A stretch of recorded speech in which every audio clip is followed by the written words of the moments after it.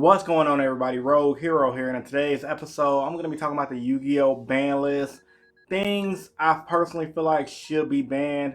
Now, unlike most ban list prediction videos you guys are going to see on YouTube, I'm not going to really talk about my wants and etc. I'm going to talk about personally what should get hit. This is not going to be what should come back, because to be frank, everyone already knows Konami picks what to come back randomly, and it's also based on products that they have coming to release.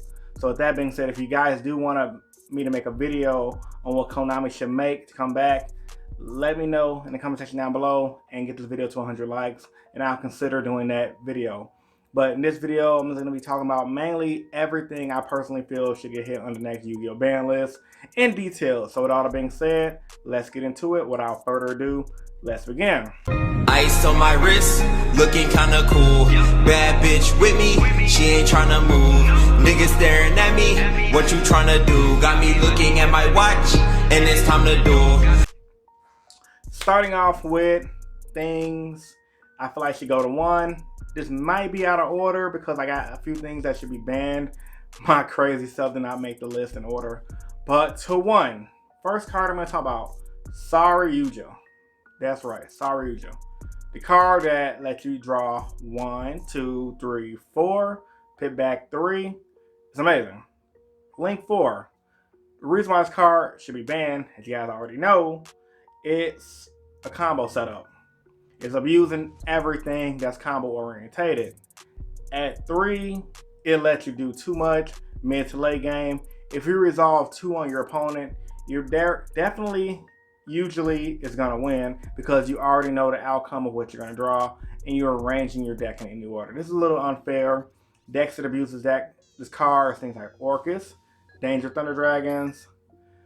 I'm not going to say it's Solomon Great. Solomon Great does not use this card. But with that being said, a lot of decks utilize this card, and I can see with this card being unbanned moving forward in the near future, if it does not get hit, more Link decks are going to come out and take advantage of this card. Now, to be granted, another reason why I feel like it's going to get limited to 1 and not banned, because I know a lot of you guys want it banned. I want it banned. Actually, no, I think it's fair at 1. It's getting reprinted. So, yeah, man, the card ain't going nowhere. I can see it going to 1. Second card, I think, going to 1. Gazelle.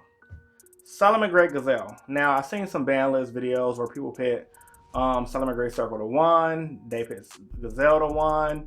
I'm pretty sure there's videos out there of people pitting Spinny down to 1. I think the only thing that's going to get hit with Solomon Great is Gazelle to 1. Reason being, in the OCG, because the TCG does mimic the OCG sometimes, and vice versa, they mimic us. Gazelle's going to go down to 1. Reason being, Solomon Great is a great deck. That's a TV show based deck, so keep that in mind. That is budget, it's casual player friendly, it's new player friendly because people who watch the show, and it's competitive. So they don't want to kill a deck that can convert people who just got into the anime over to the actual card game for liking the character who uses the Solomon Great archetype. But I can see them hitting it on a competitive standpoint because Gazelle is too good. He's similar to another card on this list I'm going to get to later, but with that being said, him sending anything he wants to the graveyard, which is your Spinny combo, is too good. He easily gets you him and Spinny easily get you a field of Wolf, the negate card, and depending on the hand you draw, you can always also have that other Solomon Great trap card that destroys cards on the board. So I think Gazelle don't want to be a fair hit. The deck is a little overpowered. Even though I play the deck, I play multiple decks, but Solomon Great is one of my favorite decks to play. And they also have a new Link monster coming out that should be able to utilize belong at the board. Now, looking at OCG deck profiles on yugioh organization, great website, by the way, check them out. I don't really see it topping that much anymore since they've been hit. Unless I'm wrong, I've only watched a couple over the weeks. I haven't seen Solomon Great decks. I've only seen them here and there since they got hit in the OCG. So I think the deck can still compete at 1. I just think it's a little too powerful to keep Gazelle at 1 because of consistency. I think anything after Gazelle getting hit to 1 is overkill. I don't think Konami wants to hit a deck that is a TV show character deck that can bring them new recruits to the card game, pretty much. Because the goal is to get more players in and buying actual products. So you want to have something that attracts other players. And not to mention too, they aren't meta breaking. Well, they are meta breaking, but they aren't breaking anything. They aren't a deck that say negate, auto win. You know, they just play them. They do what they do. If you outbeat your opponent, you're good to go.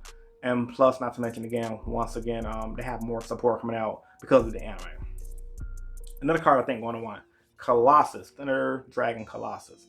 Now, Thunder Dragon, it's a deck that, in my personal opinion, if it wasn't for another archetype I'm going to get to in this video, it should not be touched. But with that being said, it should be touched down to 1. Reason being, Colossus is too powerful.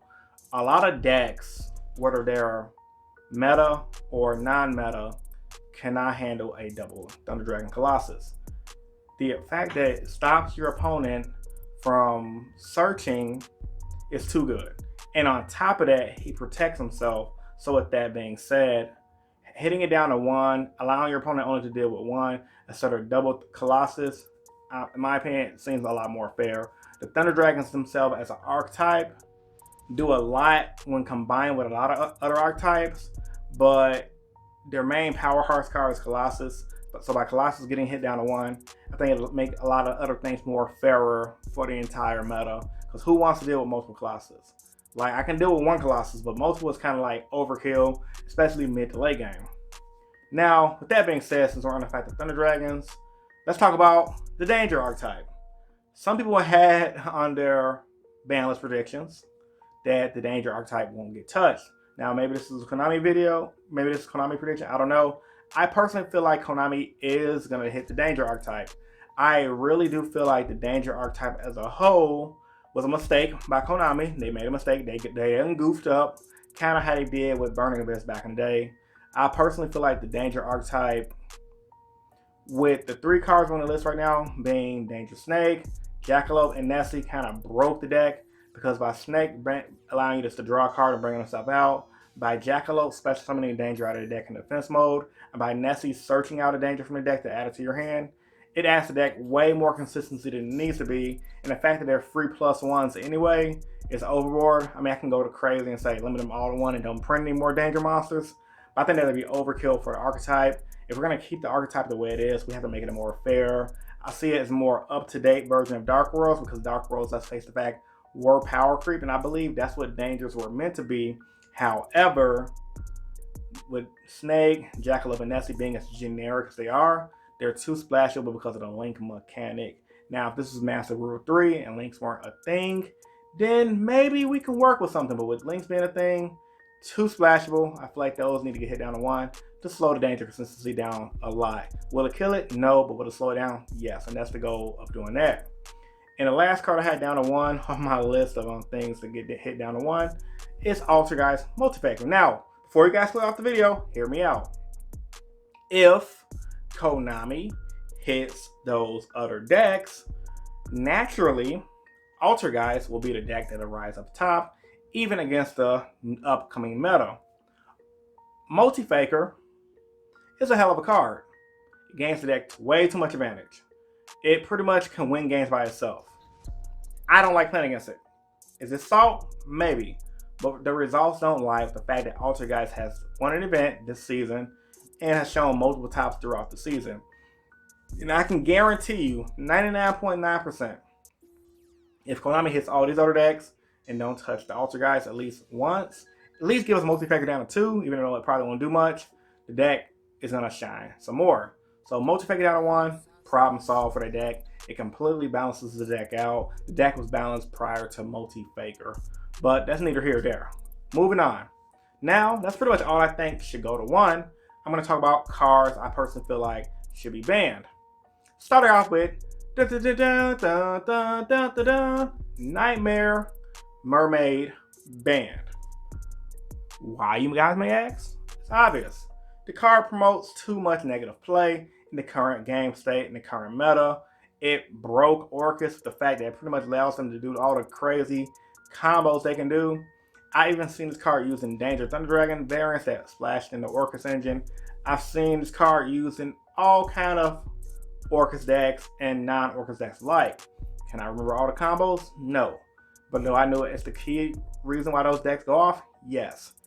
There's a reason why people say if you are a player of Ash Blossom and Joy Spring, or any hand traps for that matter, you want to save that hand trap for Nightmare Mermaid, because that's a powerful card that completely stops, starts deck combos, and determining if you touch that card can make or break your game.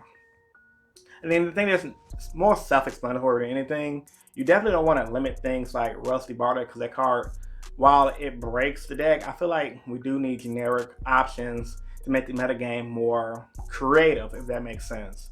So with that regard, I don't think a card like Rusty Bartek should get hit, but I do think Mermaid should get hit to stop the consistency of the deck of being overpowered and to slow it down. Another card I feel like should be banned, speaking about the banned card now, Sky Striker Multi-Roll. Now this is another controversial card because people feel like Sky Strikers is too good and it's already been hit. They got the Guardian one, they got the Engaged one, but it's like, bro, that's still not enough. And if you guys played in the spellbook format 5 years ago, because I know a lot of you guys weren't playing competitively 5 years ago, you guys would know why recursion cards are too powerful. The deck literally wins, not because of skill, because they drew that one freaking card, recur all their resources, and just beat you. That's unfair. They've been competitive for a year. I can realistically see Konami either banning that or hitting the deck in some other way, shape, or form to getting it out of here for the new wave of meta decks. Nothing more to be said about that. Multi-Roll is just an impressive card. I shouldn't have to worry about my opponent recycling their resources, and I'm just outplaying them. But it's like kind of like how when Pendulums just came out pretty much, and you could just beat out your opponent, but because they got scales, they're gonna beat you. That's BS. Yeah, people are main decking side deck. People are main decking back row destruction, but that does not stop the fact that multi-roll is an overpowered card. Like, come on now, it's multi-roll. If you guys think it should be banned, you guys are crazy. Moving on, Mystic Mine banned. Like, not to 1, not to 0, banned. The card's trash. It's cancer. People in OCG banned it from their card shops. Now, I don't think this is actually going to happen, but in my personal opinion, I don't like cards that say you cannot play Yu-Gi-Oh! It makes the game unfun. I don't know nobody who wants to that game stay being played. And I can see Konami banning it on a casual level because it really makes new players getting into the game not like playing because that card's just stupid. So I can see that getting hit.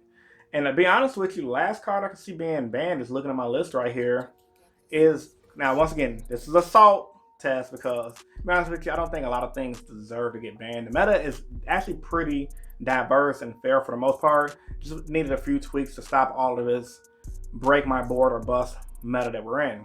That's Guard Dragon LP. Now, before you guys dumb down the video, click off the video, hear me out.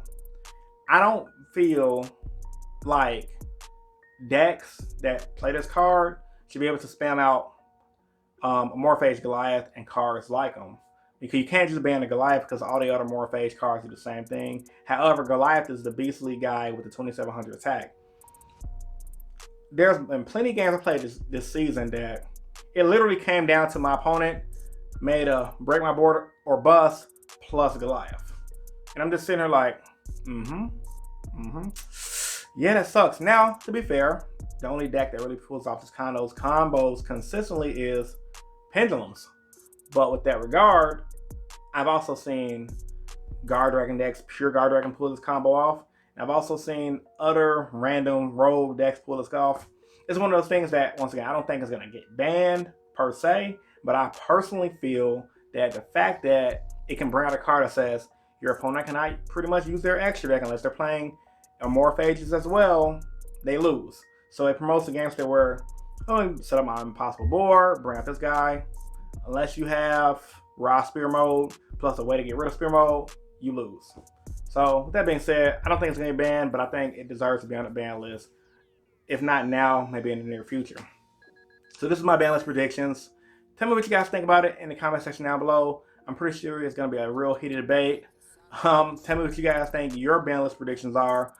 Anything you guys would have changed about this list. Also, I'm almost at 15K subscribers, so make sure you guys subscribe for more. I also have another video coming out this week. This is going to be the top 10 best draw cards in current Yu-Gi-Oh! I did this video about 3 years ago and it was great, so I personally feel like making a new version of this video. It's gonna be good as well. So be on the lookout for that video. So yeah, man. With all that being said, once again, this is the Rogue Hero, and I'm signing out. Thank you guys for watching. Peace.